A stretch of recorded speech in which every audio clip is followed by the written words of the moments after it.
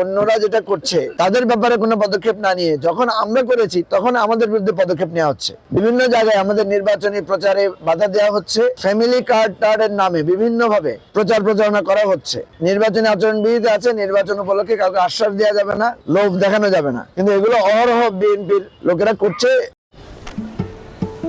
কি বুকে বাংলাদেশ আর হাতে বিদেশি? এই যে হোয়াইট প্লাস প্রো সেনসিটিভ স্কয়ারের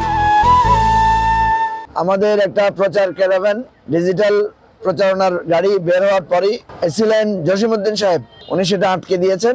আটকে দেওয়ার পরে উনি আমাদের যেই প্রচার কর্মী ছিলেন তাকে অনেকটা আটক করে অনেকক্ষণ আটকে রেখে তার সাথে দুর্ব্যবহার করেছেন এবং তাকে 20,000 টাকা জরিমানা করেছেন। এবং ফেনী 1 আসনেও বিএনপির প্রার্থী ওনার নিজের ক্যারাভ্যানের প্রমাণও আমরা তাদেরকে দিয়েছি, কিন্তু উনি কোনো কথা শুনেন নাই।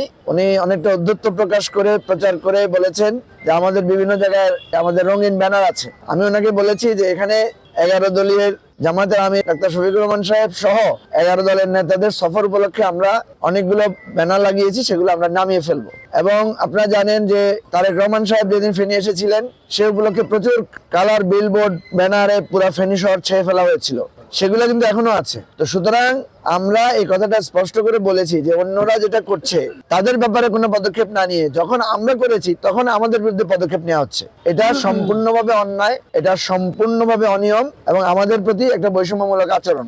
এবং বিশেষ করে এসিল্যান্ড জসিম সাহেবের আচরণ ছিল স্পষ্ট যে উনি কোনো একটা দিকে বায়াস এই জিনিসটা। তো সেটা আমরা আজকে লিখিতভাবে অভিযোগ দিয়েছি।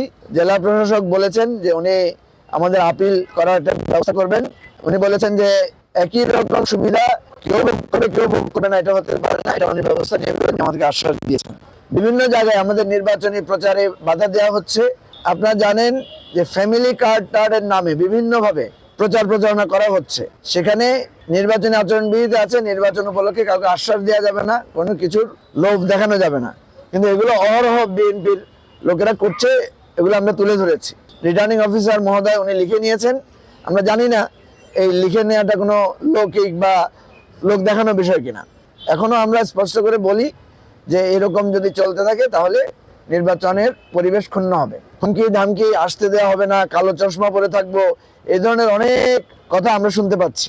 ওনারা আমাদেরকে আশ্বাস দিয়েছেন যে মোবাইল কোর্ট সেই সমস্ত জায়গায় মুভ করবে, তারা রিলিজিয়াস মাইনরিটি কমিটির সাথে কথা বলবেন এবং কোনো অভিযোগ পেলে তারা ব্যবস্থা নেবেন। তো ওনারা আশ্বাস দিয়েছেন, আমরা অপেক্ষা করব, নাইলে আমরা নির্বাচন কমিশনের কাছে অভিযোগ জানাবো।